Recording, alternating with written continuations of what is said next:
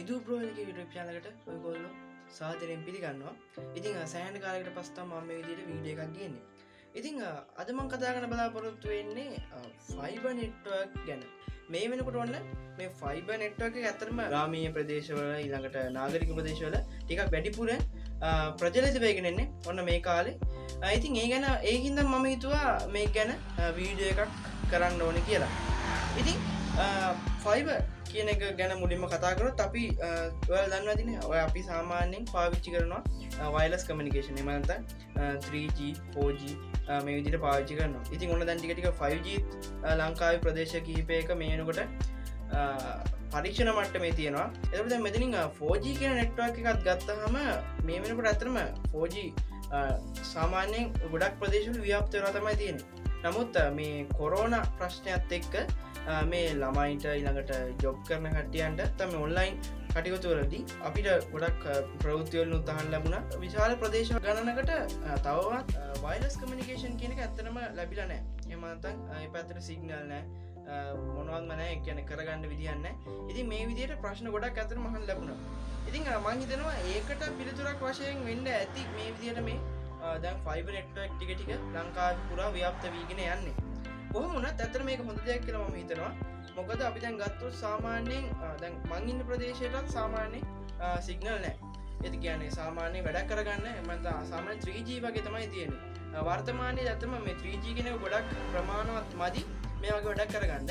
ඉතින් ඔය අතර තමයි මටත් මේ ෆයිබර් නෙට්වර්ක් එකට සම්බන්ධ වෙලා වැඩ කටයුතු කරගන්න අවස්ථාව ලැබුණේ. ඉතින් ඇත්තටම ලොකු වෙනසක් තියෙනවා මේකේ ස්පීඩ් එක වගේම මේකේ අනිත් ගොඩක් පර්ෆෝමන්ස් අපිට බලා ගන්න පුළුවන්. ඉතින් ඒකින්ද මම හිතුවා මේ ෆයිබර් ගැන කතා කරන්න ඕනේ කියලා. මේ ෆයිබර් නෙට්වර්ක් එකේ තියෙන විශේෂතා ඊළඟට මේකේ තියෙන වාසිය මේක මිලදී ගන්න කොහොමද වගේ දේවල් අපි කතා කරලා බලමු. ඉතින් දිගටම එකතු වෙලා ඉන්න දුප්‍රෝල්ගේ YouTube channel එකත් එක්ක මම subscribe කරන්න අමතක කරන්නේ නැතුව මේ වෙනකොට ඔන්න subscribersලා 300ක ප්‍රමාණයක් ඔන්න මගේ channel එකට එකතු වෙලා ඉන්නවා. ඉතින් දිගටම එකතු වෙලා ඉන්න. එහෙනම් අපි යමු වීඩියෝ එකට.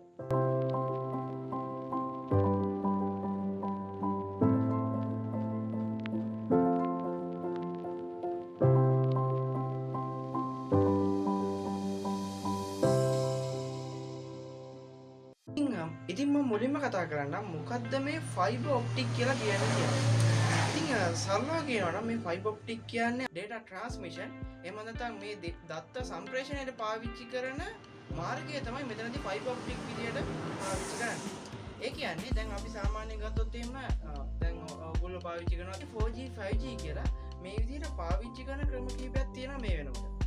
එතකොට මේවා ඔක්කොම වයර්ලස් විදියට තමයි data transmit වෙන්නේ. ඒ කියන්නේ ඔයගොල්ලෝගේ ගෙවල් ළඟ හරි ඒ අදාළ ප්‍රදේශයේ තියෙන ටවර් එකක් මගින් ඔයගොල්ලෝගේ ෆෝන් එකට එන විද්‍යුත් චුම්බක තරංගයක් පාවිච්චි කරලා තමයි මේ 3G එහෙම නැත්නම් 4G 5G කියන මේ හැම ටෙක්නොලොජි එකේම data ඔයාගේ ෆෝන් එකට එන්නේ. ෆෝන් එකට හරි ඔයාගේ අදාළ ඩිවයිස් එකට. නමුත් මේ විදිහට ඔයා ෆයිබර් ඔප්ටික් පාවිච්චි කරලා ඉන්ටර්නෙට් යනවා නම් ඔයාට හම්බ වෙන්නේ ෆයිබර් ඔප්ටික් කේබල් එකක් ඇතුලේ තමයි මේ අදාළ කරන data ටික ඔයාගේ ෆෝන් එකට එහෙම නැත්නම් ඔයාගේ කම්පියුටර් එකට එන්නේ. එතකොට මෙතනදී අතන මේ ෆයිබර් ඔප්ටික් කියන එක ඇතුලේ එන්නේ පුංචි ආලෝක ධාරාවක් තමයි එන්නේ. ඒක අපේ ඇහැට පේන්නේ නැහැ. අපේ ඇහැට පේන්නේ නැති චූටි ආලෝක ධාරාවක් තමයි මෙතනදී එන්නේ. එතකොට මේක මේ ෆයිබර් ඔප්ටික් වල තියෙන යම්කිසි මෙකැනිසම් එකක් හින්දා මේක පරාවර්තන වෙවි තමයි එන්නේ. ඔයාලට මේ රූප සටහන බැලුවොත් හොඳට පේනවා ඇති. මේ විදිහට තමයි අපිට ඇහැටවත් පේන චූටි සිදුරක් තමයි මේ වයර් එකේ තියෙන්නේ.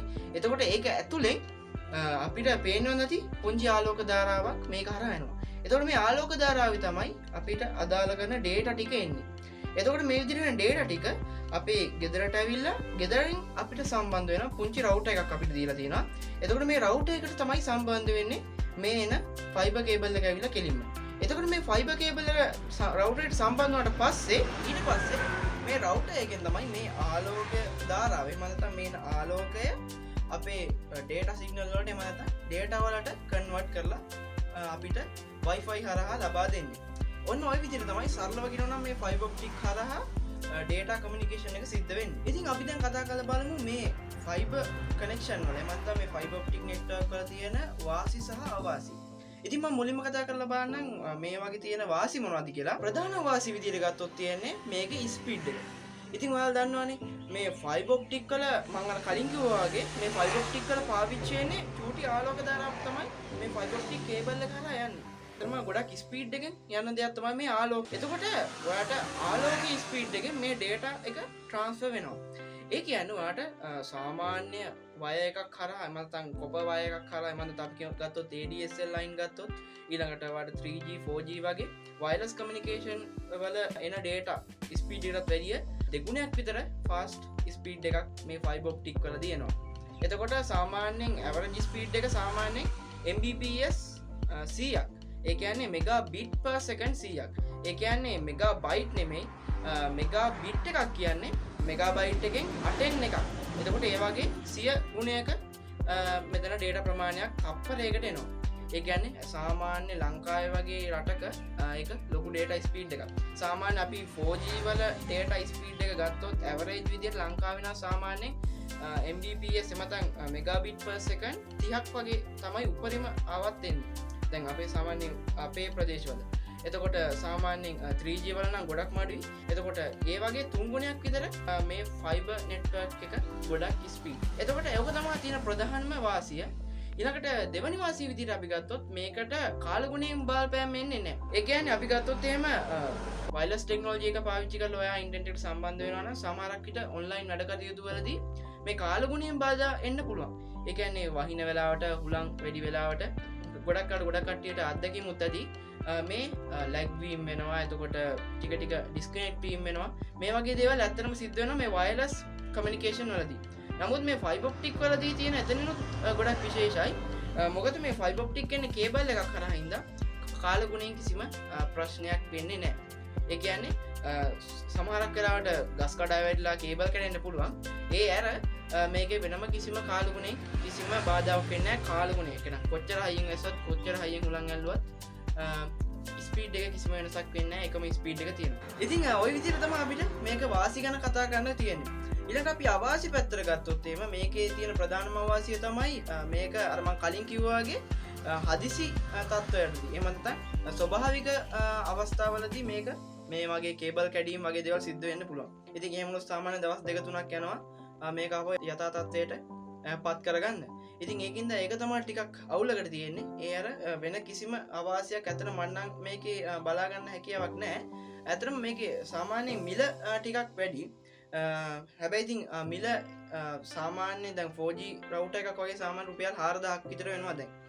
මේකත් ඊ වගේ දෙගුණයක් විතර මුදලක් වැය කරන්න සිද්ධ වෙනවා ෆයිබර් කනෙක්ෂන් එකක් ගන්නවනම්. ඒක නම් අපි ඉස්සර කතා කරමු.